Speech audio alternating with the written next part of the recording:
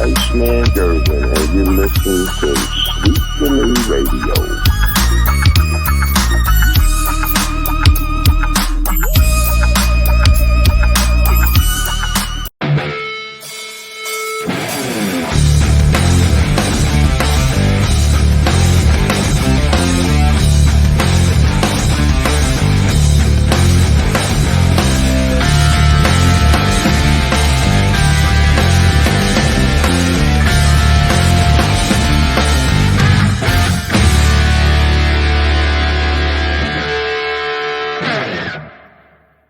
It's the afternoon delight version of Sweep the League. It's Rudy Campos Jr. and joined by one of the Hall of Famers of Sweep the League. It's going to be Coach Gio himself.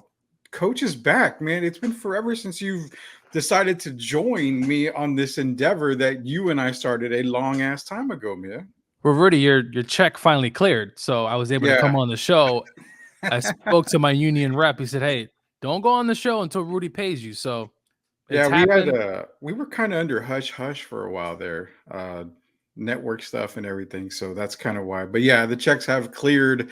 We're definitely back, pretty much 100%. We're coming to you just about every single day, man. And Gio's going to try to join me as much as possible, from when I'm not mistaken. But I got something. I got not a bone to pick with you, but I definitely have a comment that I want to ask you. It's a concern of mine. I'm going to get to that here in a little bit. It is Sweep the League. It's Rudy Campos. Here we go. It's starting off with a bang. Yeah, it's Coach Gio. It's Rudy Campos Jr. We're going to talk some NFL, man. NFL predictions. We're going to do some predictions here before, like I mentioned, before the balls to the wall season starts. It's going to be a very good season NFL-wise. I got a good amount of teams that can actually make Super Bowl runs. And again, barring health issues, I have a few teams that can make Super Bowl runs.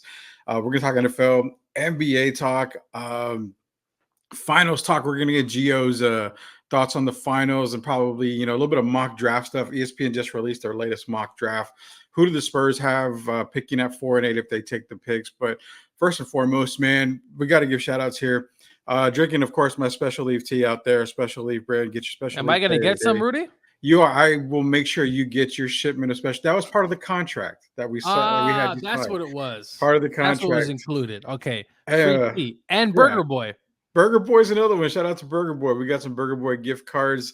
Not only that, MCS General Contracting, man, great supporter of Sweep the League. La Cocina Food Truck. We got tons of ads to go through. La Cocina Food Truck over in New Braunfels, Texas, my neck of the woods now. Best food truck in the business. We've got commercials coming for everybody as well. So we're doing some ad reads right now. Not only that, man, everybody out there that supports us, we love you guys. Lids as well. We've got a lot of Lids gift cards as well. So be sure to check out all these guys that are supporting us here at Sweep the League. Tim Gonzalez is in here, Gio. Your boy, the Blue Devil man himself, Tar Heels suck. Blue Devils all the way. You've been missed by Tim, Gio. Tim, listen, I've never met someone who loves Duke sports more than Tim Gonzalez. That man loves. I like Duke, but Tim, football, he doesn't miss anything. He's always on there. I see him posting all the time. On Duke. Tim, you are a real Duke fan on all sports. Are you just a Duke fan in basketball and that's it? Because so just basketball. But I mean, Rudy, what do you mean terrible. Just basketball? You know who my college football team is, Rudy? I get that. But isn't it like against the law? No. Listen. It's not against the sports law to not root for it. Now, you can be a Georgia football fan. I'm not saying anything against that, but isn't it against like the whole college Bible to just say I love Duke basketball, but I don't love Duke football, or I don't like Duke lacrosse? We know that whole issue with Duke lacrosse way back then. I mean, you've got to like anything and everything Duke if they're your favorite school. No, they're my favorite college basketball team. So why don't you like Georgia basketball? Because they suck? Well, that, and growing up, all my brothers enjoyed North Carolina basketball. I went against the grain, Rudy. I went against conventional wisdom and decided to go the other way. You went to the dark side is what you did. I'm my own person, right? So they root for the Carolinas. I decided I'm going to go root for Duke. And ever since the late 90s, I think I'm trying to think of one of my first Duke game. My first Georgia game, though, I'll never forget, Rudy. My parents had moved from New York, or we all moved from New York down to Florida. And I hated the fact that I was moving to Florida. And the first thing that I put on, Rudy, is Georgia versus Florida. That was the first college football game I have ever watched. Was back in 2000. I said I hated Florida. I'm rooting for Georgia. And the rest is history. So there are stories and layers to why certain teams have kind of given, my attention throughout the years. But nothing against Duke football. They're trying to rebuild there. Quarterback transfer, Rudy. I forgot his name. I don't really follow Duke, so I couldn't. Yeah, they're that top candidate had left. But hey, Tim is the rep, so I mean he loves them, and he has the jerseys, the hats. I mean that's a true fan right there of Duke. 100%, man. Thanks, Tim, for joining us here. It is Sweep the League again, man. We come to you live on the evenings, and I'm gonna just say right now, man, the evening shows have been, 100 plus. Last night was about, I think, 100 plus last night. The other night it was like 200 viewers all at one time. So we're definitely going to rock with the evenings as well. We know during the day it's kind of hard to get away, but we're doing little short shows during the day as well for all you guys out there. We got Coach Gio today. It is Sweep the League. It's pretty complicated. It is Coach Gio. Man, NFL predictions, dude. I mean, I want to get into some minutes. Malik Murphy is who he's Mike Murphy as well as Murphy is the quarterback that you were talking about. But NFL talk, dude. So my NFL mock season prediction was released recently, and my Super Bowl was, again, barring injury, were the Jets and the Detroit Lions. I had the Detroit Lions winning the Super Bowl this year. Can't really say that, that's a reach for Detroit. You saw what they've done, especially the past couple of years. They saw what he did last year. I mean, way to go on the limb there, Rudy. I've been supporting Detroit for the last couple of years, man. You know that for a fact. I've been supporting them. But I gave some love to your Rams in my mock. I had the Rams as the number 1 seed. You had us losing to Detroit again? Yes, I did. Rudy, that's ridiculous. How is that ridiculous? Detroit overall is the best team in the NFC. I think the Rams will have something to say. I'm telling you right now, Rudy, that the Rams' defensive draft was pretty good. No, it wasn't pretty good. It was damn good. It was damn good up front. Listen, very good. As many of you may know, Aaron Donald has retired. The Rams are now kind of restructuring that defensive front. Also, new defensive coordinator as Raheem Morris heads to Atlanta, Rudy, where I don't know what is going on with your team at the quarterback position, but don't ask. I'm interested in the Rams, but I if the Rams lose to the Lions again in the playoffs, I might just lose my head, because those Lions fans all offseason, I've had to hear on Twitter that the Rams are trash, this, and that. I'm fine with the Lions. The fans are disgusting. Rams and Lions are the 2 top teams in the NFC for me. I will say that for a fact. Those are my 2 top teams in the NFC.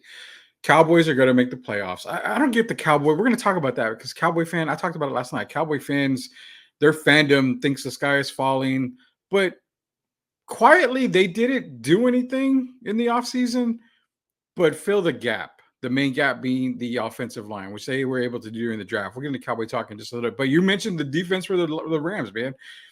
You went out and got a Jared Verse, probably the best defensive player in this draft. And when I saw that happen, I thought, Donald's gone, but you got Jared Verse who can get to the quarterback. He can be a real pest when it comes to getting to the quarterback, to making plays happen for the Rams. So that was a huge, huge get for them. Real quick, Louis Luna, shout out. He's saying Bears to the Super Bowl. Louis, hey, man. So Louis is the owner of La Cocina Food Truck. So shout out to Louis, man. I appreciate you joining on, Louis. We've got some stuff coming for you, Louis. We're getting you some commercials ready to go here for Sweep the League. Go support La Cocina Food Truck. I know all you guys go to New Braunfels, man. Hit it up. It's a great place. I'm going to be out there hopefully this weekend. So, Louis, we'll be seeing you this weekend if we can make it out there. But the Rams, dude, I mean, I like Kobe Turner. I mean, Ernest Jones. I mean, you've got Jared Verse, Tre'Davious White. I mean, the defense is looking pretty stout for the Rams to go with an offense that was surprisingly good last year. I Well, mean, also they there's no reason drafted why you can't think of him as being one of the top 2 teams in the NFC. Braden Fisk, right? The teammate of Yeah. Jared Verse is kind of a freak of nature. He's athletic. They both play off each other very well. Kudos Les Need for also getting another defensive line, because obviously the Rams have the pass rush hasn't been there. Aaron's great and all, but outside edges. But you also have Byron Young, right? You go out there and get the safety from the Commanders in the new guy. What's the safety's name? Was it Curley? Cameron Curl? Yeah. Cameron So you Curl. get Curl there, and really, I can't wait. I think the Rams have a good shot to make a good run. Obviously, look, the 49ers are still there. Yeah. We know what they can do. They have some contract stuff that they have to kind of tighten up there. Well, people might wonder why I don't give the 49ers credit. I do give them a lot of credit, but until they assure me that Brandon Ayuk is going to be there, then I can't really put the 49ers ahead of, you know what? I can't even put the 49ers ahead of maybe like Green Bay. I don't think the 49ers are contenders Super Bowl wise as they have been the past couple of years because of the uncertainty. I mean, you've seen Deebo Samuels go down. You have question marks behind Ayuk. Kittle's not getting any younger. So they're not. And we've talked about in the past, Rudy, the window of opportunities, right? Like closing. I think it's closing on them. It does reopen, right? We saw the Eagles for a few years there, Rudy, kind of going up and down. It's reopened for them, right? They're going to be in the thick of things as well. The window of opportunities tend to close on teams, and it kind of reopens depending on what happens. I think for the 49ers, it is set to kind of close. They're going to have to retool. But look, you got Shanahan there, the defense. You still got Fred Warner there in the middle, Rudy. You have pieces, Bosa. I think they're going to still be a contender to watch out for there. And the NFC, I mean, look, Rudy, your Falcons. What do you think, Rudy? Can Kirk Cousins turn back time and deliver a Matt Ryan kind of MVP season where the Falcons are on top? I'm gonna say this about the Falcons. They win the division. They will win the NFC South. I have no doubt about that. You know what? What's weird is I think in the NFL mock season, I had them as a 2 seed. I actually had them above the Lions. I don't think I've ever heard Rudy and Falcons say 2 seed in the same. I think in that draft. But again, full disclosure, when I did that NFL mock draft season, were you drinking? No. It was during the day. I go game by. What's cool is the website I use goes game by game. So you're thinking, okay, could they win this game? Yeah. And then at the very end, you see what the records are. And you're like, holy cow, the Falcons are, 16-1, it's whatever, something like that. So, I'm not saying they were, but I'm just saying that's how the prediction. Go back to that mock and take a look at it again. Yeah, but nonetheless, they're division champs easily in the South. I think they are probably they're tied for being the 5th or 6th best team in that NFC division in the conference. So the NFC South only gets one playoff team, you think? 100%. Because I think Tampa, I think Baker Mayfield had a really good run last season. He got his contract. We'll see if there's another kind of step in his career. Because just a few years ago, Rudy, Baker Mayfield was in the slumps. And kudos to Sean McVay. He takes them, and that stretch of games, we remember that game on a Thursday night against the Raiders where they come back to win, kind of jumpstart his career with the Bucs. I'm not completely sold, though, on the Bucs. Look, I think they're a good team. They made a playoff run there and lost to Detroit. Carolina, I don't know what to make of them yet, Rudy. We got to see Bryce Young kind of take a step. And I don't know if he's going to take 3 steps back or 5 steps forward. So I think Atlanta, the Saints also, I'm not a fan of Dennis Allen there. I think the Falcons, honestly, Rudy, last year, the past 2 seasons, you could have won. You didn't have a quarterback there. You should win this division. It should be honestly should win the division. I mean, I don't easily honestly should win, but that's why they play the games. Easily, you should definitely see the Falcons winning the NFC South. Now, I mean, what are we talking? The Rams and Niners are pretty much, I think, locks for the playoffs. The Falcons are going to get in. The Lions and Packers are both locks for the playoffs. And then what are we talking? Who out of the NFC East? Well, I'm for sure the Eagles. I just think I get a feeling, Rudy, that defense is going to be much improved. Obviously, injuries last season across the board kind of hampered their expectations on that side. But with new defensive coordinator Vic Fangio comes in, Rudy, he's a smash mouth coach. I think that defense, with all that talent, all those Georgia Bulldogs on that side, you got to think that Fangio can get that defense rolling. Sometimes the offense takes a while to kind of get going throughout the season, but I really think the Eagles are going to be the class. The Cowboys, Rudy, that's the team that could really implode. What did they do this offseason, Rudy? I mean, what did they really improve on? Jerry says they're all in, and then Jerry says, well, I'm all in about signing our players.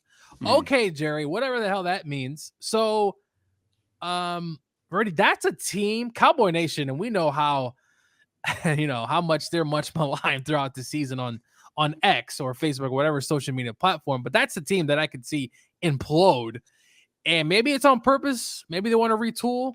But what do you think, Rudy, on the Cowboys? What happens to them? Because I think I see a 7-8 win team, honestly. You really see that? So they're favored in 14 out of 17 games in Vegas this year. Well, Vegas. And Vegas knows. We can't lie. Vegas knows. They do, but I get a feeling, Rudy. Do you honestly think that they win 14 games? No. So what I have them in, I actually put up my mock season right there for you. So you have it on screen. I had them at 10 wins, and that's enough to get them into the playoffs. That they're the last playoff team in the NFC. So where Vegas has them favored in 14 games, I think they win 10 games. So I'm around that 10 win mark for them. My biggest thing is you had to shore up the offensive line. The offensive line was the biggest question mark for Cowboys. The biggest question mark. They went out and drafted Tyler Guyton and Cooper Beebe. Massive draft choices right there. That made a lot of sense for those guys to draft them. So honestly, they got to go and get a receiver somewhere. Tolbert is not number 3. He's not a number 3. If they can go get another receiver, they definitely have to try and do something with the running back situation. Ezekiel Elliott is not the answer. Right. Rico Dowdy is not the answer. I don't think it's the answer either. And I think at some point during the season, they're going to sit back and say, I mean, look, was Derrick Henry the answer? We talked about it in the offseason, Rudy. What made sense? Henry, Saquon. I mean, Rudy, even the Zach Moss would have been a pretty good upgrade. Zach Moss with the Colts last year played very well. I thought that could have been a pretty good addition. They don't do anything there. Obviously, there's the draft. Rudy, I don't.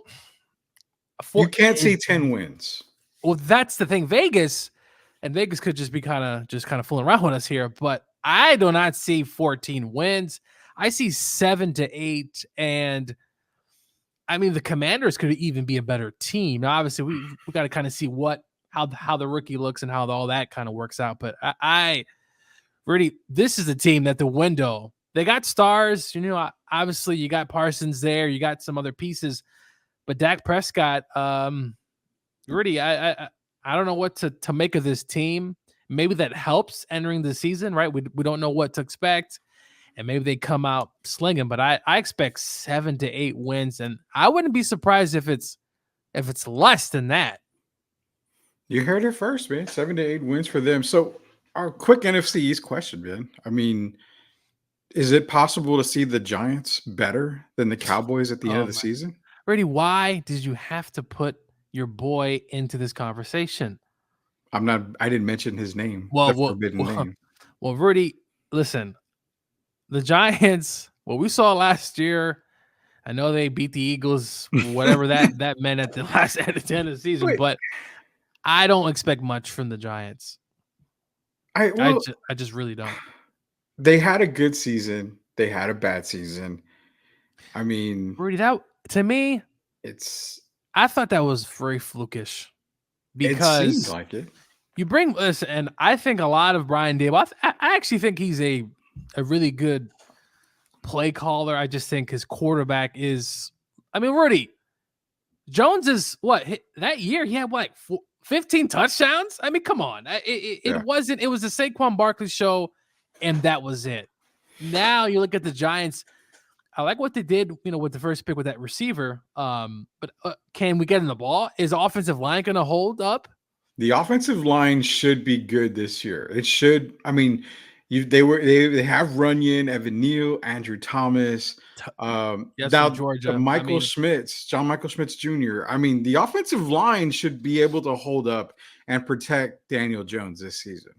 There's no doubt in my mind that offensive line should hold up. Rudy, haven't we seen this? I will say the offensive line this should be the year, Rudy, they can put it all together. Andrew Thomas from Georgia, obviously, and he was hurt a little bit last year, not as healthy. Look, I don't know, the Giants. It's Daniel Jones to me. If they have Kirk Cousins, Rudy, I say, you know what? Okay. If they have Kirk Cousins, yeah, I'd give them maybe 11 wins. If Matthew Stafford's there, okay, I could see something. But Rudy, they have Daniel Jones, and that's it, and they're stuck with him. Man, we gotta go to this question here because they're asking about your boy Caleb Williams, Tim Gonzalez, Louis saying minimum. Hopefully, he gets Rookie of the Year. I've been on the Caleb Williams is overhyped, overrated bandwagon. No. Say the hate train, Rudy. That's the correct phrase to say. The hate train. I cannot say hate train for Caleb Williams because I don't want to see a player not succeed at the pro level. But a lot of it is predictable. And everything points to the prediction of Caleb Williams not being that guy. I was nice. I gave him 6 wins just because of everybody's around Caleb Williams. Well, I mean, look. They've got playmakers. They got Swift. You got DJ Moore, Keaton Allen, Rome at the other receiver spot, Cole Kmet. I mean, really, their offensive line. And their offensive line is not bad. I will say that. And their defense at times played pretty well last season. So I got to think of though, I think 6 wins, though, is, man, I got to see what they look like. I don't know what to expect. They got talent, right? Now, Shane Waldron's the offensive coordinator, comes over from Seattle. What is that offense going to look like? Does it look like a Seattle Pete Carroll type of offense where they're going to want to run the ball, get guys down the field? I don't know what to expect, and that's what predictions are made for. Rudy, if Caleb is as good as I think he can be, especially with this offense, I'm going to go with 8 or 9 wins this season. 8 or 9 wins. That's, man. I can see 8 as being the ceiling. Again, it's because the talent around him. Okay, I'm going to give you my quick assessment because, again, seeing stuff out of OTAs come out has just been daunting. Well, Rudy, they won 7 games last year. You don't think they're better than last season? They are better than last season by the talent surrounding Caleb Williams. Does he make them a better team? No, he does not make them a better team. Are you saying that Justin Fields, the man who I saw a clip of who was doing running back drills, yes, is better than Caleb I'm not Williams? even gonna let you finish. Yes. If that's a 9, that's a 12, that's 11. That's ridiculous. No, bull. Because if you give Justin Fields the talent that you're giving Caleb Williams, you mean to tell me that the Bears are not capable of winning that division? Rudy, listen, I think the world of Fields. Unfortunately, Georgia let him go, and I don't even want to talk about that. But anyway, he goes to Ohio State, he balls out, goes to the NFL. Rudy, if he's that guy, right? If he's he's not Joe Burrow, but I'm just saying if he's that franchise quarterback, don't you think they would have kept him? Don't you think they would have continued to build around him? If they honestly believe this is my guy, I'm going to continue with him. Rudy, I don't see it. Okay, so let me reverse the question. If he's that guy, don't you put players around him in order for you to succeed? You're giving the guy Tariq Cohen, but you're giving Caleb Williams, DeAndre Swift. Come on. You're giving Tariq Cohen's been Justin, hurt, Rudy. I okay, don't think he's even but touched the field, but they did have some pretty good backs. Montgomery was back there. They also Montgomery had was Herbert. Montgomery was one, and Khalil Herbert, okay. But is Khalil Herbert DeAndre Swift? No, he's not. And then you mean to tell me that we're going to give you one receiver in DJ Moore, who's a legit one?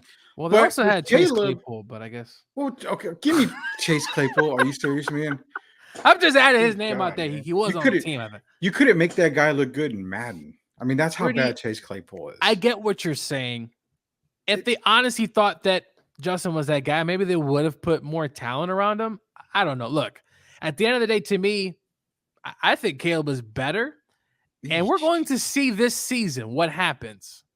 Now, I'm not going to put excuses if he has a bad first year. Hey, so did Peyton Manning have a terrible first year? I get it. No rookie comes into the league and shines their first year unless you're CJ Stroud. I mean, even Patrick Mahomes took a backseat for a while. It takes time for quarterbacks. It takes time. The game is faster. There's so many things that goes into being a quarterback. I know Caleb has a personality that definitely rubs Rudy the wrong way. And at certain times me as well. He's his own man, right? He paints his nails. He was wearing that dress on TV.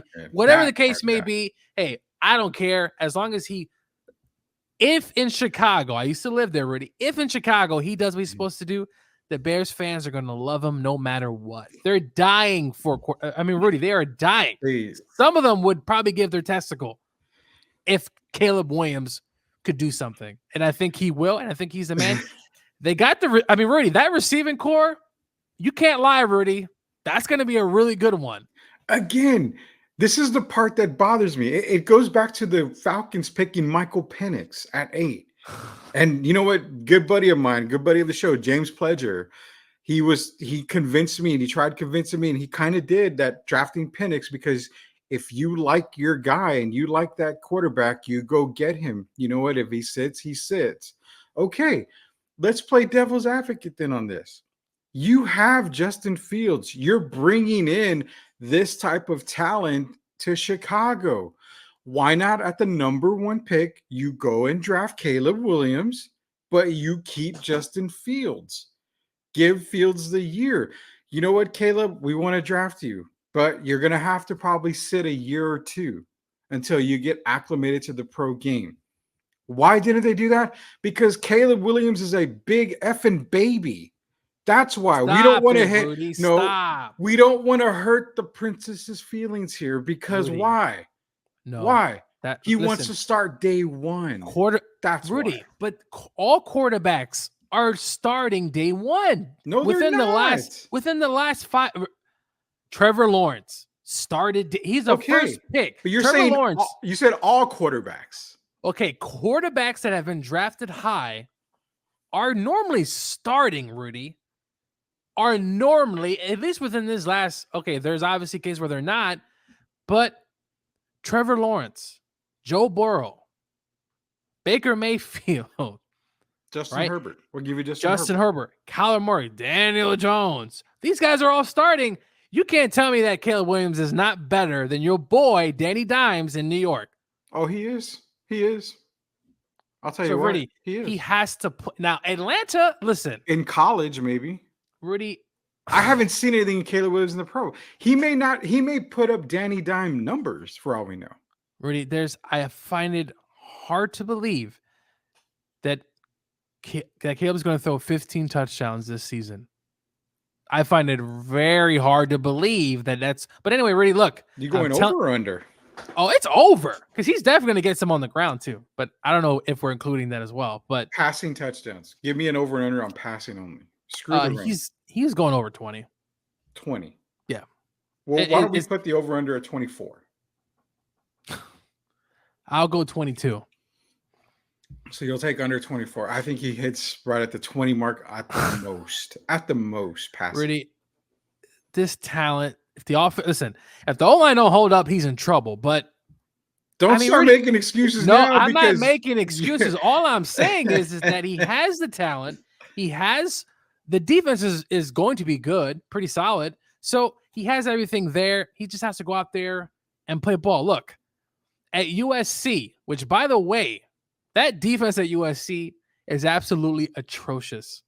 What he had to deal with every week being down by 20 or 30 points because his defense can't get him out of nothing. So okay. I'm excited. I will say this: the Rams are going to be in Chicago. I think within the first 4 weeks. That's going to be exciting to head over there to see Caleb up close and personal. I hope he doesn't beat the Rams, obviously. But look, I'm pulling for him. He's not. And they got the receivers there. It's I can't wait, Rudy, for next season to see what happens. And I also can't wait for college football as well. Oh, everybody's pumped for college football. I'm sure you're Duke Blue. Hey, no more Nick Saban. Oh yeah, hey, no more God. Saban. No more Saban. But you do have the Longhorns coming in, so that's going to be something. Rudy, they better not go. I don't know. I haven't looked at your schedule. They better not go to Vanderbilt and lose. Jesus Christ, man. Hey, so when we get back, we're going to talk a little more football here with Coach Gio. Of course, it is Sweep the League. Rudy Campos, Gio here. We're going to talk football. We've got some basketball talk that we're going to get into. This is the afternoon delight version of Sweep the League. Be sure to subscribe to our YouTube channel.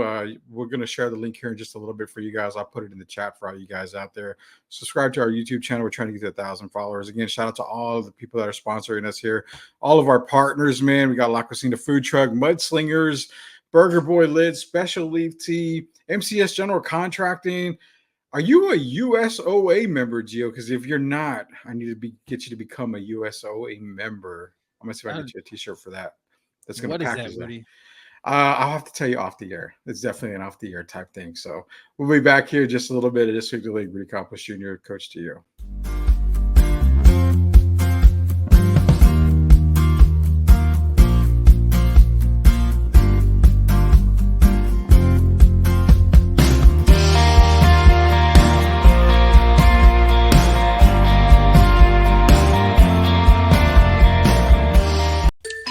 Sherilyn, and you're watching Sweep the League. Subscribe and share. Rudy Campos Jr. here from Sweep the League. Hey, make sure you go and follow Sherilyn on Instagram. Just search official Sherilyn on Instagram. Hey, this is George Iceman Gervin, and you're listening to Sweep the League Radio.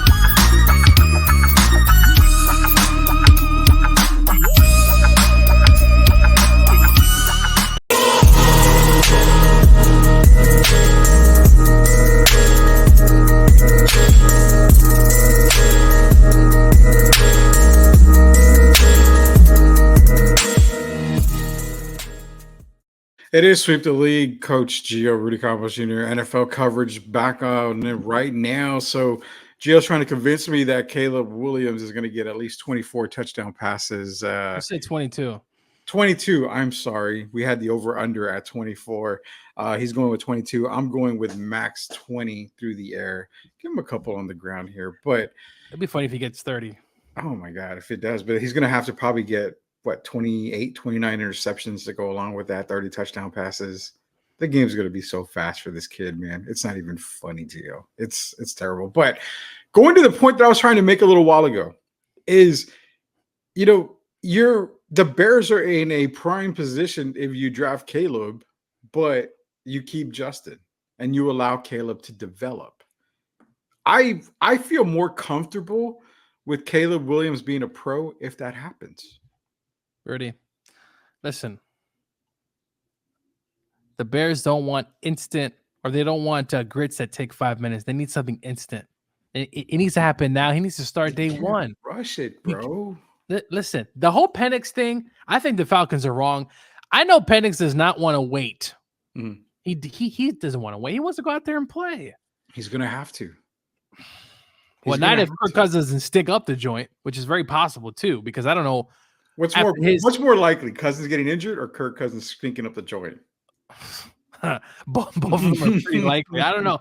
Look, I think if you look at Penix, and we can agree with it, his arm, he can dart it, he can sling it. He can make a lot of throws. Imagine Kurt plays 3 or 4 years with the Falcons. Mm-hmm. I don't know, man. For Penix's sake, I know he's not happy about it. I can almost guarantee that, to sit behind someone and honestly probably hope he doesn't play well or potentially get hurt. I mean, that's how you're going to be able to get in. Because if Kurt's making the playoffs but not doing anything, the Falcons might just keep Kirk Cousins here just because he's doing, again, what he did in Minnesota, the bare minimum. I honestly, the whole thing, like I said, you could have drafted Penix or a quarterback by trading down. If your whole intention was to get a QB, Why again, did they draft Rome? They could have got Rome there at that spot, Rudy. I don't know. I mean, my two guys were, well, there was 3 guys in mind. It was Jared Verse, Dallas Turner, Quinion Mitchell.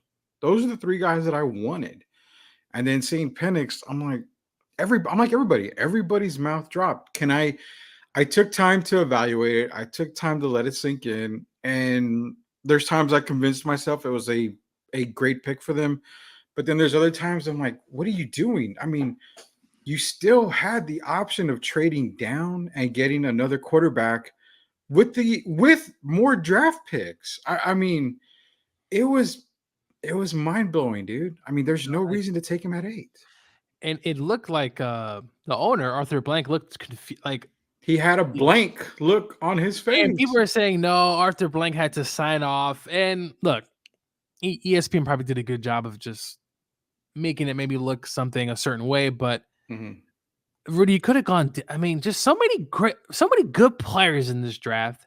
And you draft someone that can't help you right away. I mean, just imagine Rome there, right, with London and Kyle Pitts. I thought that would have been a good way to help your quarterback. Instead, you go get another quarterback who can't help you anytime soon. Sure, he can help you on the scout team, but that's right about it. So and that's where I'm confused is how when I talked to Pledge on the phone the other day, and he, even he was trying to convince me, and he, like I said, he kind of did a little bit about the whole, you go and get your guy when you have the opportunity. You don't want to let him pass by. But I'm thinking, Rudy, there's no way you would have passed him on. Like the Broncos were set on Knicks. Let's be honest. They were set on both Knicks. That's what it looks like. I do think someone probably would have drafted Penix, Rudy. I don't remember if the Vikings were. Well, JJ McCarthy was okay. Well, so I mean, it's possible someone could have traded up to go get him, but I just disagree. I get it. You want your long-term solution.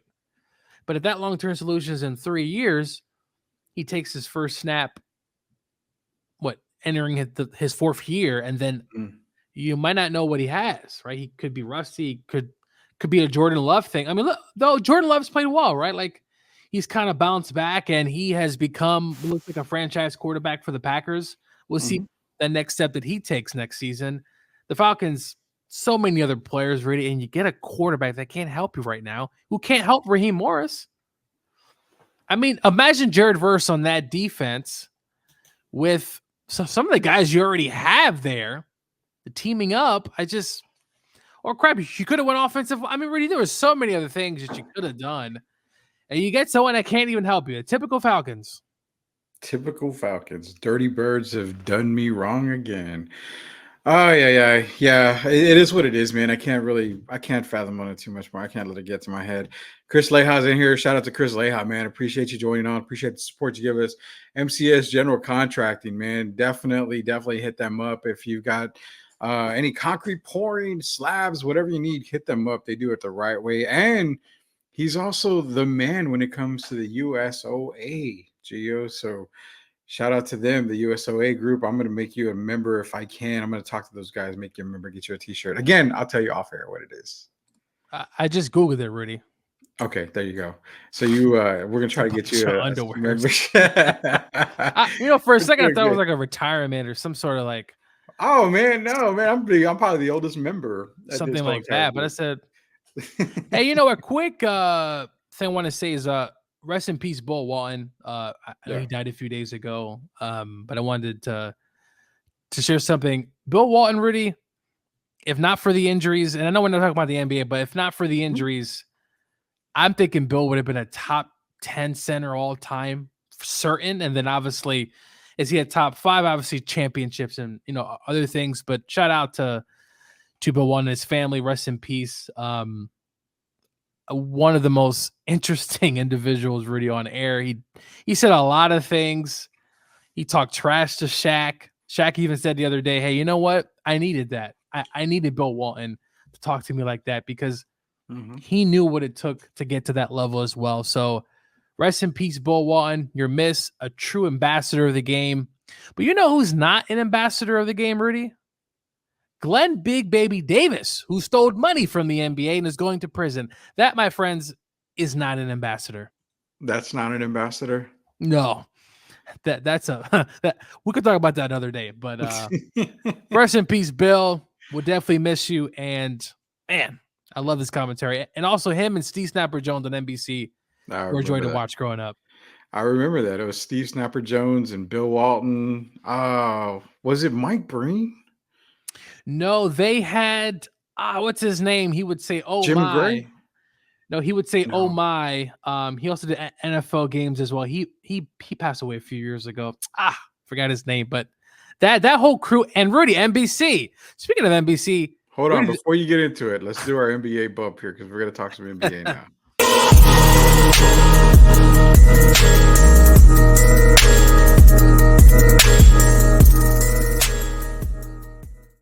And I'm corrected. That's the official title of Leha of the USOA. He's the tribal chief. So acknowledge your tribal chief, Gio, 100%. So that's who Leha is there. Yeah, the NBC deal. We got to talk about that. The NBA here. Last segment here at Sweep the League. But a quick thing with Bill Walton. I told this story on Locked On Spurs the other day.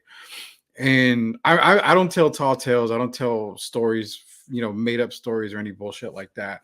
So when I was a coach for what they have here in San Antonio, the Spurs drug-free league, and I was a coach for that league, they had a clinic for coaches that was mandatory to attend, and it was over at the Boys and Girls Club. I want to say the Calderon Gym.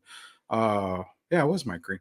The Calderon Gym, and the Spurs had a thing. They had a special visitor. The coach that was doing the clinic was Coach Joe Prutney, who obviously was a Spurs assistant at the time. He's been assistant with the Bucks. Definitely one of the better coaches in the NBA. The special guest was Bill Walton, who was in town. And I got to meet Bill Walton there. And at the end of the coaching session, we were able to talk to Bill. If you want to get his autograph, get a picture, whatever. I didn't get anything like that. I talked to him. I said, I have a question for you. He says, what's going on? In typical Bill fashion, he gives you that smile that he had. It's kind of like, I don't know if I'm high or not type of smile. But I said, I've got a question. What advice do you have somebody that wants to get to the highest level of coaching, whether it be NBA, college? I mean, hell, if high school is the level you can get to, so be it. What advice do you have? And I remember he put his big old monster hand, because Bill had a massive, palm, puts it on my shoulder. He says, best advice I can give you is go buy some plaid pants, go get a suit, shave your head, and call yourself Jack Ramsey. And he gives me that smile. And I'm like, as an answer like that, it only, like you said, Bill Walton fashion can give, man. I truly miss his commentary. It was just great. So yes, definitely rest in peace, Bill Walton, man, for sure. But you brought up the NBA on NBC coming back, man, the end of an era when it comes to TNT. And of course, inside the NBA, what do you think about NBA on NBC now? They're going to do a whole spick and spiel on that kind of thing. And Rudy is him. What is up, Sith? I appreciate you joining on, man. Much love. I think it's about time, Rudy. We grew up on NBA on NBC up until I think the contract ended in 2003, I believe, or 2002. Yeah. Would have loved to see those other Spurs, because I always felt like ABC, Rudy, just wasn't NBC. They didn't have the story.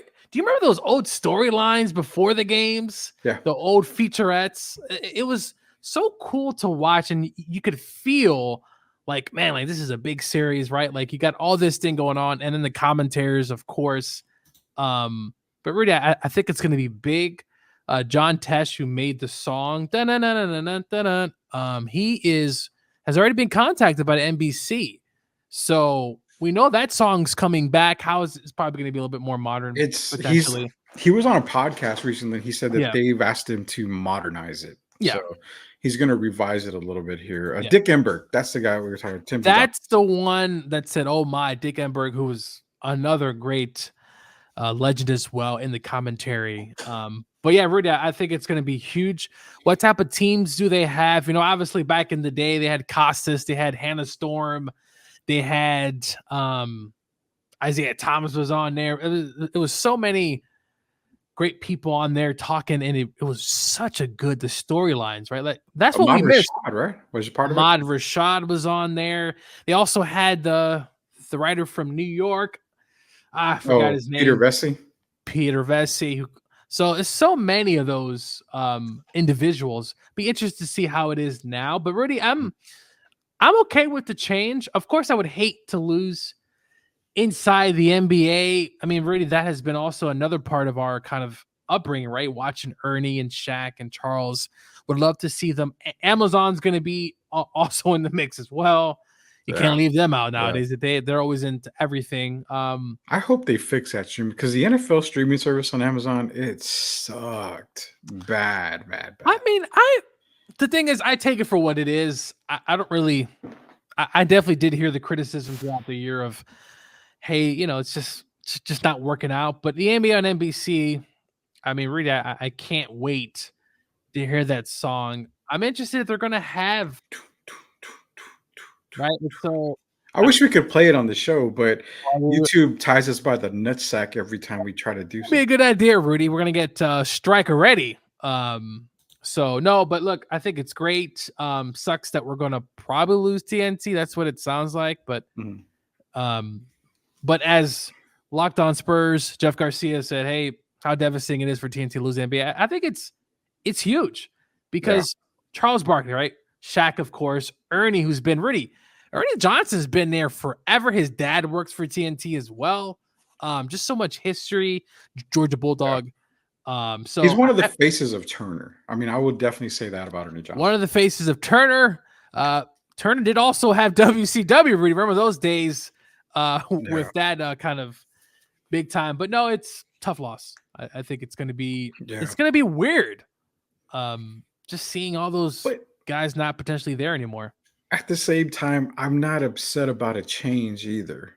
I know, to me, the devastating part is inside the NBA. A lot of people love that show, but they also hate the show because, Spurs fans have something against, Charles Barkley. And I thought it was funny all those years. To me, it's hilarious. The Barkley comments are hilarious. I love them. I love that. But what's going to be more devastating for me, and this goes out to Jeff on Locked On Spurs, is the fact that you don't get Ernie Johnson. I respect the hell out of Ernie Johnson. He's one of the guys that I looked up to, trying to do media broadcasting and all. Ernie Johnson's one of those guys, man. And that's who, I looked up to him. I love Ernie Johnson. To know that he's not going to be a part of the NBA for as far as we know, because who knows? I mean, he still does baseball games, right? So, he's probably still going to be on the network. We're going to see him definitely during playoff time, and not sure if he'll do hockey, but it is going to be strange. NCAA, they do March Madness stuff. They do March Madness. Well, Charles, and they got the football. NCAA football, I believe, is going to Turner now. So yes, there'll be some of that as well. I would have loved next season, Rudy, if TNT can, because I think they still have one more year, right? Before it. I haven't really looked into any of the. If it is one more year, right? I would love to see TNT do an NBA Finals, Rudy. I think that would be a nice kind of, let go moment there. But NBC, man, I can't wait to see what they do there and kind of hopefully bring back some of the nostalgia. Yeah, that would be awesome. Ernie is top tier, arguably the best in the game. Definitely, Ernie Johnson is one of the best in the game. Rudy Campos Jr., Coach Gio, we're here talking. We talked about NFL. We're talking some NBA on NBC now instead of on TNT. Man, Spurs, the draft's coming up here. Everybody's pointing at trading, those picks, 4 and 8 for the Spurs coming up here. So ESPN just released the latest mock draft. And the latest mock draft has ESPN picking two guys that I've been talking about and two guys that I mentioned on Locked On Spurs recently. Right now, they've got him drafting Stephon Castle at number 4. And lo and behold, they have number 8. They're drafting Tijan Saloon, power forward out of France. So those two guys are being mocked to the San Antonio Spurs on the latest ESPN mock draft that was posted there. So Saloon at 8, Castle at 4, two guys that I've been talking highly about for the San Antonio Spurs. First and foremost, man, we haven't talked to you about Spurs draft picks. Are you keeping them or trading them? I don't really love this draft, Rudy. Nobody does. This is a horrible draft. Horrible. Honestly, just package it and see what you can get. Like if you're a smart GM, are you really trading a star for anything in this draft? Probably not. No, but we've talked about throughout the season in Spurs package a few players, add that in there as kind of a sweet spot, Rudy, and try to potentially. I would try, Rudy. If I'm Spurs management, I'm trying. And obviously, if you can't, obviously we're going to go with what's best available. But I honestly think you trade it, Rudy. What's the point? You already have your generational player back there, and we talked about it. Mm-hmm. He needs to get help, Rudy. And I know we've kind of went back and forth on should the Spurs wait another year to really invest and this and that. Look, I'm about now and package that, see what you can get. If not, it's potentially, Rudy, you could find a star. There could be a star here somewhere, Rudy. Well, Stephon Castle is my number 1 ranked prospect going into the draft. And I've said that with the right development, I mean, he could easily be a SGA type of player, which turns into a star. I mean, SGA was MVP candidate, should have been the MVP this past season. I mean, 100% he should have been. But he's a special. Yes. I mean, Stephon Castle could be that kind of player. I think his development, if done the right way, can lead him into that kind of career. But outside of that, I mean, you're not going to get an instant impact. And I think majority of people out there want them to trade these picks. But that's the question that I asked a little while ago was, if you stop and think, good GMs out there, who are you trading the picks for? I mean, if I'm a GM and you're the GM, you're Brian Raggio, and you're calling me saying, hey, let's talk about Donovan Mitchell.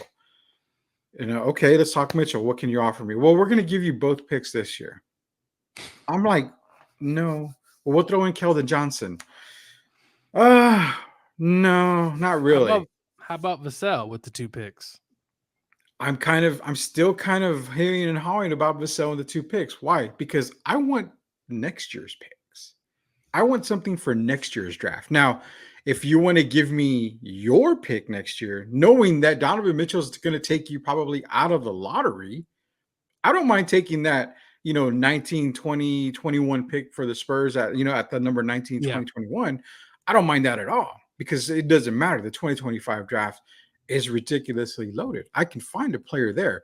So giving me 2 this year, 1 next year, 1 in following years, and a Vassell, then I'm talking. But if you're just offering me 2 first-round picks in this year's draft, I'm probably hanging up the phone pretty quick. And that's on majority of the star players out there.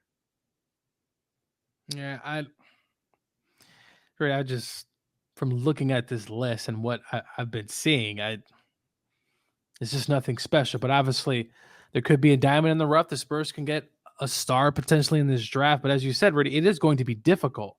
Like, you call up I was about to say the Atlanta Falcons, but the Atlanta Hawks, Rudy, Trae Young, right? Like, I don't think Atlanta's going to do that. It's going to be difficult, as you said, to trade. But if I'm the Spurs, you try it and you put your all into it because, again, Rudy, I know you don't like the word generational, but you do have this generational unicorn, whatever you want to call him, the alien now, right? Like, you got to get him help. And I think try to, if they can, they probably won't be able to, but if you get 2 young players, Rudy, potentially, they could potentially work out and be part of the system. Yeah, I still don't buy the whole fact of everybody feels like Victor's gonna leave if they don't get him anything this offseason. I think he understands it's a process. Uh, It's gonna take a couple of yes. years. Well, Couple of look, years. trust the process, right? As Joel Mhm. Embiid used to say.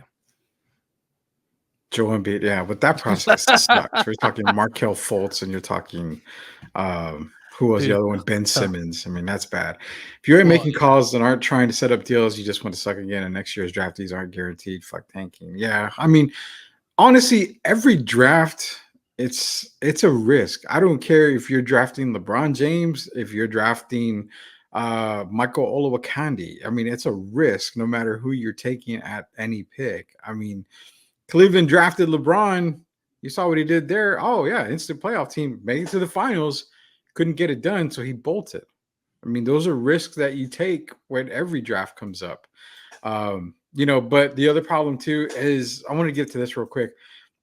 The thing with the picks, you try to get what you can for them. If you have to draft, you have to draft. If you don't, and you're able to trade them away. Look at guys like Laurie Markkinen. The Jazz might be willing to take both 4 and 8 for Laurie Markkinen. That's a potential type of deal right there. But anything above an all-star type of caliber player, it's going to be difficult to just give away 4 and 8 and expect something in return. That's why superstar or multi-time all-star. But a guy like Laurie Markkinen, who I've been glowing about recently, he's one that I think if the Spurs were to contact him, offering them 4, 8, and Keldon, that might be something the Jazz might be interested in. I want to get into this Locked On Spurs comment here. Shout out to Jeff Garcia here. Speaking of outlets, what do y'all think about Stephen A. Smith, excuse me, getting heat recently for his alleged source on Jaylen Brown, media calling not being a member of the media and an entertainer? So that whole Stephen A. Smith with Jaylen Brown thing. I mean, I saw Isaiah Thomas, Zeke, the real Isaiah Thomas, comment back and forth with Stephen A. about that. And I get you don't want to put stuff out there and then you claim source after source. I have a source. I can't release my source. I can't say this. I can't say that. I get media guys don't want to, give away their sources. I've seen people, even local people, that use the same type of thing. I'm not giving up my source. I'm not giving up my source. And I totally agree with that. You don't have to. But if you're going to be critical about that player, you got to have, to me, you got to have a leg to stand on, especially if you're getting pushback on something that I feel you deserve to get pushback on. Now, being called an entertainer, I think we are all entertainers, no matter what anybody says. We're all here talking sports. We all are here to entertain everybody.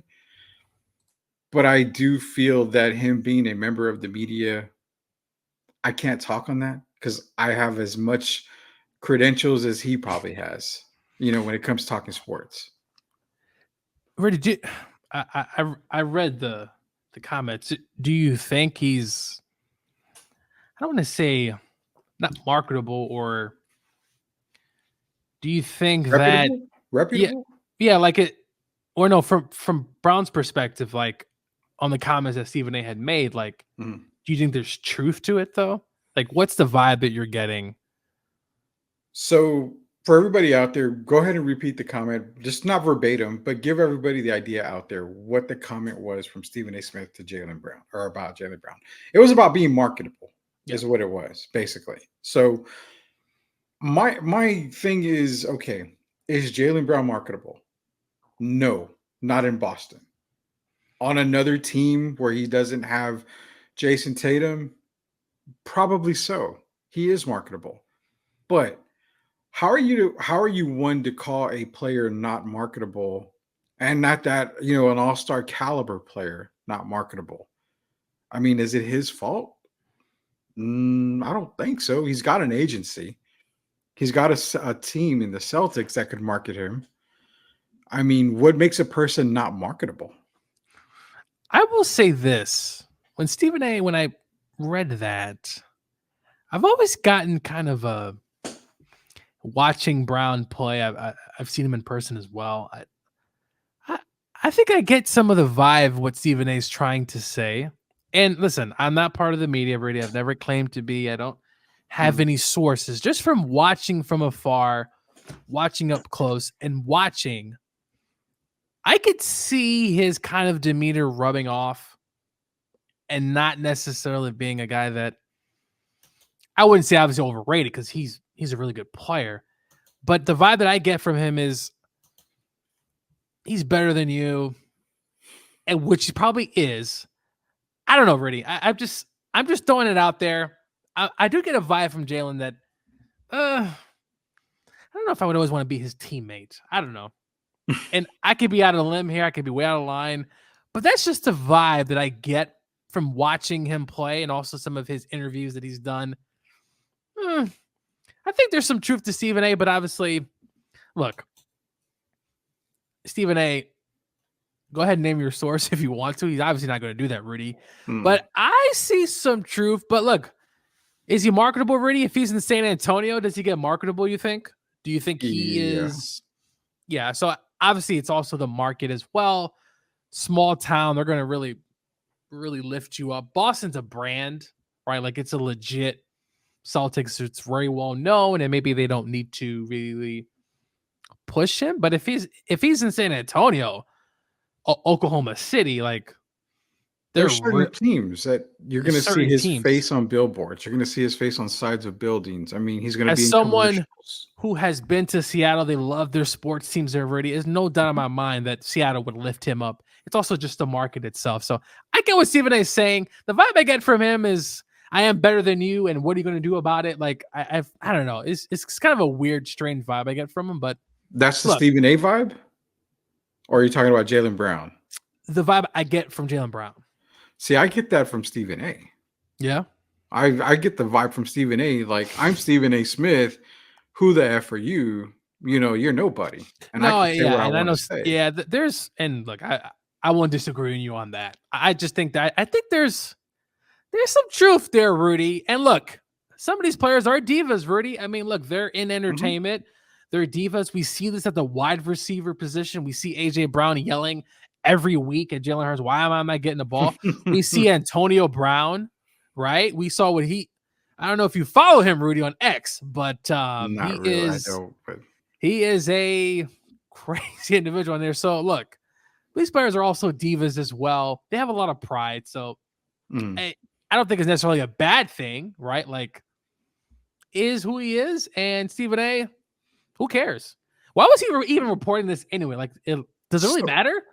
No, it has nothing to do with anything. It's just something that he wanted to say. So that goes to my last point of the whole Stephen A. Smith thing was you don't have to name your source. But if you're like me, like you, we don't have sources. We're not part of the media. Sometimes the best source is just common sense and just by what you see with your own eyes. And that's kind of what I use. You don't have to name your source, but I feel that his source is his own mind. That's something that Stephen A wanted to just say from his own heart. And it came out and he's using the source because if people like it, okay, cool. If people don't like it, well, it's not my fault. That came from a source. It's the same type of shit that we see on social media. You have, a lot of, and that's it goes for Stephen Smith. A lot of people, man, you say stuff on social media, you're a big dog behind a keyboard. But when it comes to actual person-to-person type stuff, are you going to have that same kind of energy in person? I think, Rudy, what a lot of happens in the media is everybody wants to be first, right? Yeah. Everybody wants to be first. They want that first. And a lot of times, and you've seen on X, it's a bunch of bulk. How much stuff do we see, Rudy, on there? My sources say this and this and that.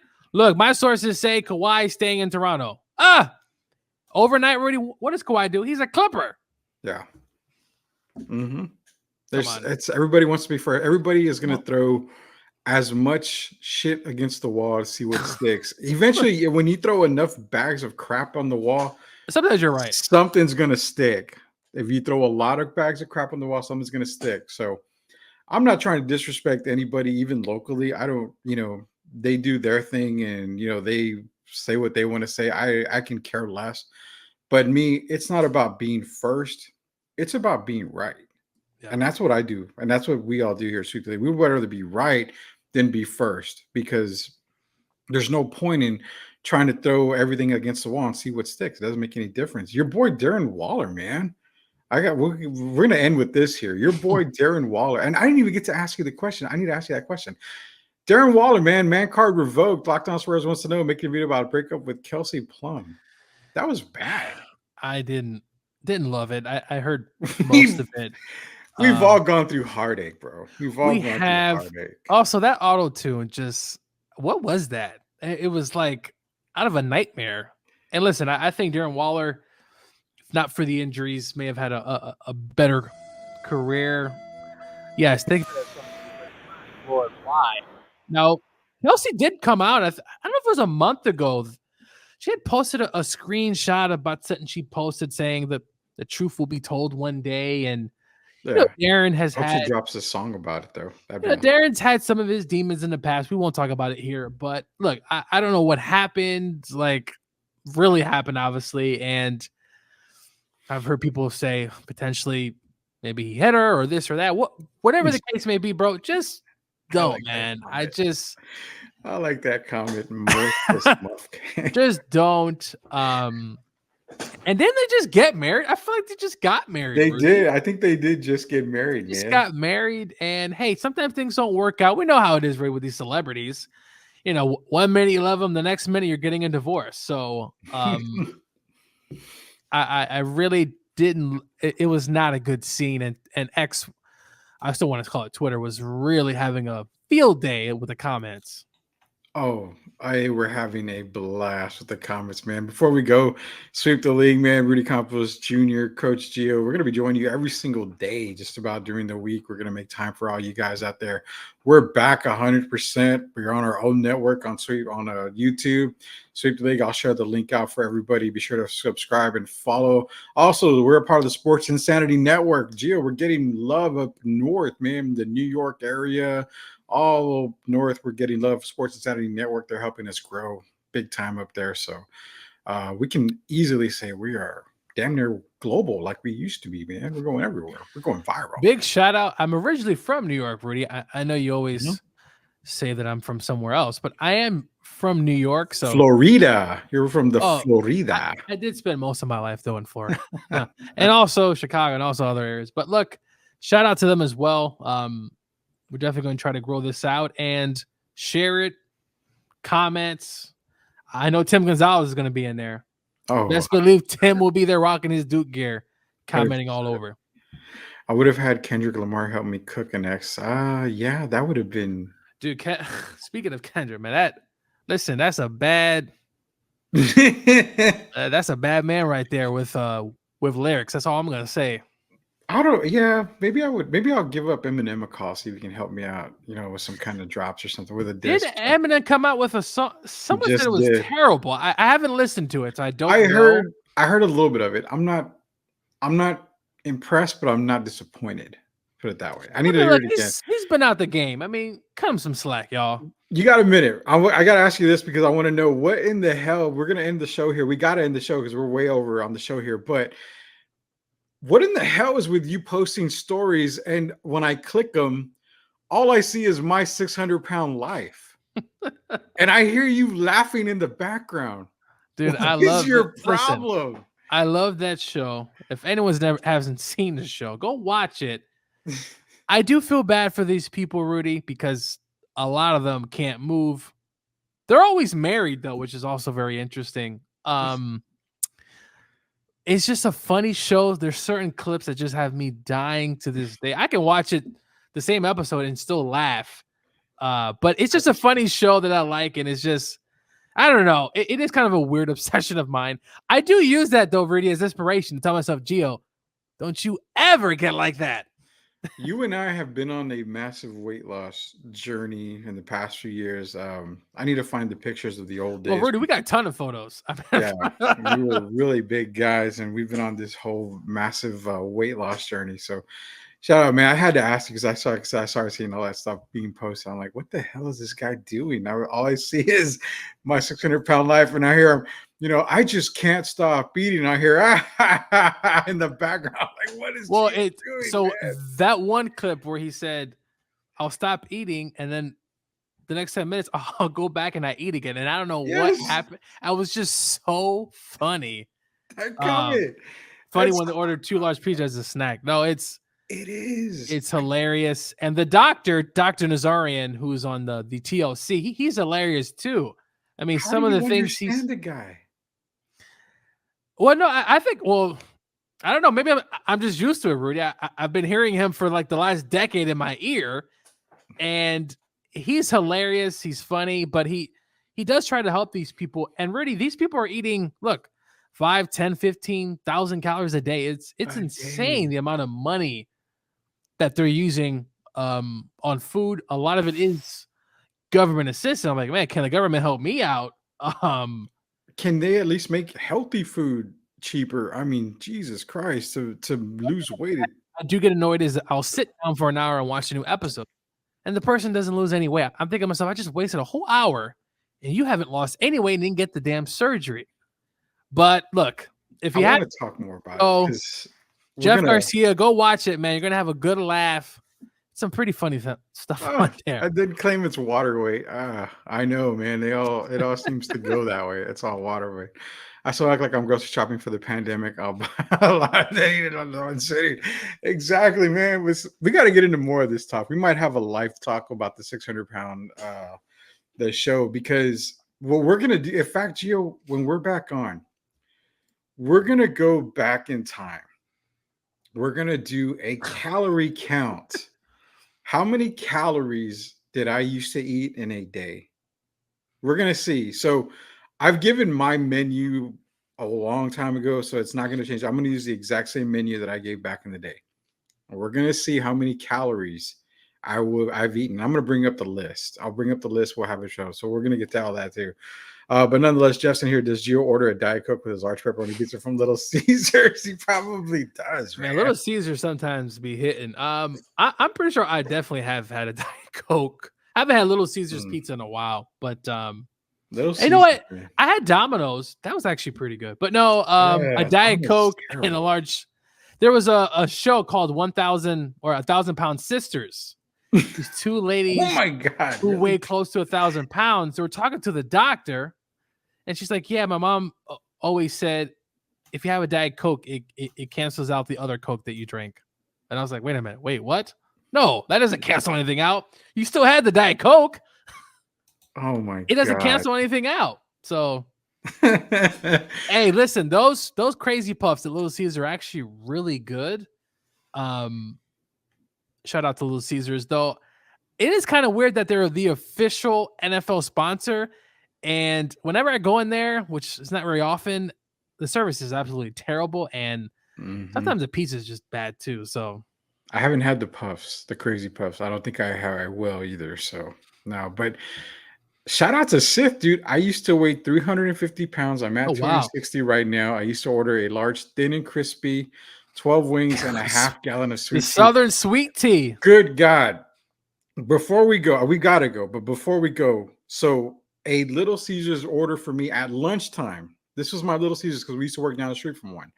I would get it was either a large, thin and crispy, the most bestest pepperoni, whatever, where they just chunk all the pepperoni that they have in the whole store, or it was a large stuffed crust pepperoni pizza. I'd get an order of the wings, which is I think is a 12 count of wings, and then I'd get the 2 liter of. At that time, I would get either Pepsi or the Crush. They had the orange Crush. Sometimes I'd get the brisk tea. That would be a lunch for me.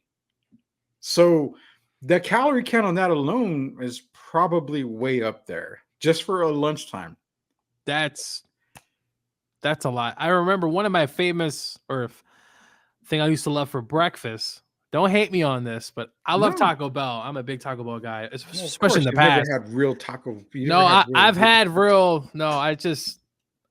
tacos. But look, my favorite breakfast order, especially in the morning when I used to drive to work, 3 breakfast crunch wraps, right? Extra steak, and 3 hash browns and a large soda. Plus, I would have lunch. I would eat out. I mean, I would eat out all the time. Mm-hmm. And I'll never forget, Rudy, there was a moment where I was having problems breathing. It was probably around the time we were starting off the podcast. And I would have problems. Like literally at night, I would choke. Like I would like be gasping for air. And I told myself, dude, you gotta do something. You're not gonna make it. And I was also pre-diabetic, so that also made me say, hey, I better do something. So for the last several years, I've been the best shape of my life. Definitely not perfect. I'm not like Tim Gonzalez, but I definitely want to get, to that Ronnie Coleman. No, not Ronnie Coleman, but no, dude, I just want to see. I'm down. The lowest I've been down was 217. I'm at 236 as of this morning, but I was at 244 recently. No, I mean, look, you're still to me, as long as you keep getting up, Rudy, you keep going. It's when you stop completely, you completely give up. Yeah. And I follow an influencer. He lost a ton of weight. He was into bodybuilding, and then, hey, sometimes life happens, Rudy, right? Things happen. He gained about 300 pounds back, and now he's back on the journey. Mm-hmm. And it's just so when I watch the show, Rudy, it reminds me, Gio, don't get back to that. Now, full disclosure, I was never 600 pounds. Please don't think I was 600. I think my heaviest was about 350, 340. Okay, so my heaviest was like 374, I believe. Gotcha.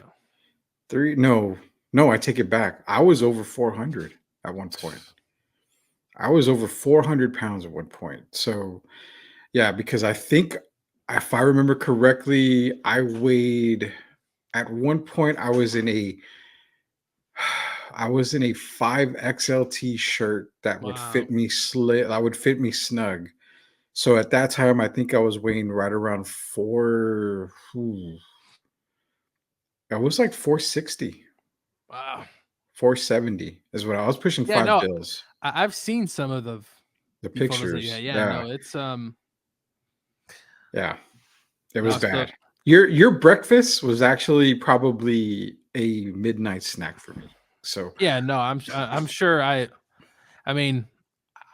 my thing was sandwiches, Rudy. I could eat, man, I used to eat so many sandwiches. I mean, I would go through a loaf.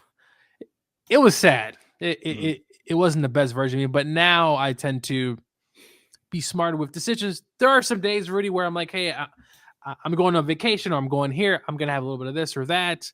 Yeah. But always being conscious of, hey, don't forget, Gio, you can't end up like 600-pound life.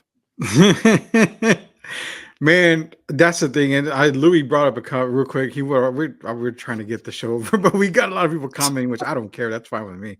We'll stay on for a little bit longer. But nonetheless, man, the way I lost it was I discounted calories. I started eating right. I got a lot of vegetables, cut off a lot of stuff. If I eat fast food, it's Chipotle, it's a Jersey Mike's salad. It's something healthy to eat. No sodas. I haven't had a soda in going on 5 years. I haven't had a soda. I mean, sweet tea. I haven't had any tea other than special leaf tea for the past 5 years as well. I've drank nothing but water, nothing but coffee. But if they can see this was my heaviest. Yeah. And that was at 482 pounds.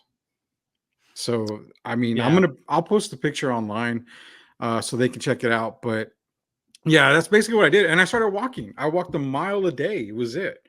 And that was it. I just walked. I just became active. For me, it was in the beginning was keto. And I had so much energy.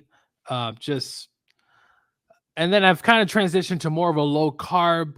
Now counting calories is basically where I feel more comfortable. Keto's great. But I do like to be a little bit more balanced in having, hey, I might have some pasta, though the pasta will end up being like a red bean pasta, right? So including more carbohydrates, but also staying within the calorie count. And right now I've been really pretty good. The weekend sometimes a little bit more free, but overall just Gio, just go to Cass Daily. Listen, I think I would listen. I would definitely take a risk. Cat's Deli is a favorite of mine, and their sandwiches are like about this thick, Rudy, of pastrami on rye with Oh that my Swiss. But yeah, food poisoning. Listen, I've had food poisoning, Jeff, and it is Rudy. It's hell, bro. It is hell. Hell, no. I've honestly, knock on wood, I've yet to have it. I think I've had it. Well, I've had it, just not as bad as most people have had it before. I got to the point, Rudy, where I couldn't even walk up the stairs. I felt like I was literally like dying, and maybe I was being dramatic, but it was pretty bad. I was throwing up, and I lost about 7 pounds. So, where did you get food poisoning from? So I used to work at a restaurant. I was a manager in South Florida, and I had some breakfast that they gave me, and let alone I got sick. And for about a week, I was throwing up, diarrhea. I mean, you name it, just sick as a dog. But yeah, no, Cat's Deli. I don't wish that upon. Listen, New York, you can definitely listen. Food poisoning in New York is something that is kind of, I wouldn't say common, but you go to the right restaurant, you're definitely getting food poisoning. That sucks, dude. I don't wish that upon anybody. All right, we are over time limit here. Shout out to Mark Harpin. Hey, Mark Harpin, Sports Insanity Network, man, one of the big guys out there. Shout out to Sports Insanity Network. Again, we're all in this together. We are part of the Sports Insanity Network. More deadly in Mexico. Yeah, anything in Mexico is pretty much deadly. You're guaranteed to get something down there. That's for sure. This is Coach Gio. It's Rudy Campos Jr. This is Sweep the League, guys. The afternoon delight edition. We talked to y'all about NBA. We went hardcore NFL talk. We'll be seeing Gio a lot more. Sweep the League continues. We're trying to do a couple more daily shows for you guys. Again, we are definitely in the evening. Shout out to Louis out there. Louis, hey, La Casino food truck in New Braunfels. Hit it up, guys. It's fantastic. It's great. We're gonna be going out there as well. We're gonna get Shamaya and a couple of other guys to go out there, maybe do a couple of shots out there. We'll get some commercials for you guys out there. Support all of our sponsors: Sports Saturday Network, La Casino Food Truck, Mudslingers, Burger Boy, Lids, MCS General Contracting, Special Leaf Tea. All you guys are partners here at Sweep the League. We're going to be doing some giveaways here the next couple of weeks, so be sure you subscribe to our YouTube channel. Again, this is Sweep the League. Rudy Campos Jr., Coach Gio. Promise we're not going to eat anything bad this weekend. At least I hope not. For everybody out there, we will see you guys on Monday. If not this week, we'll try to jump on this weekend, maybe do a quick tidbit here. But if not, we will see you guys on Monday. Later, guys.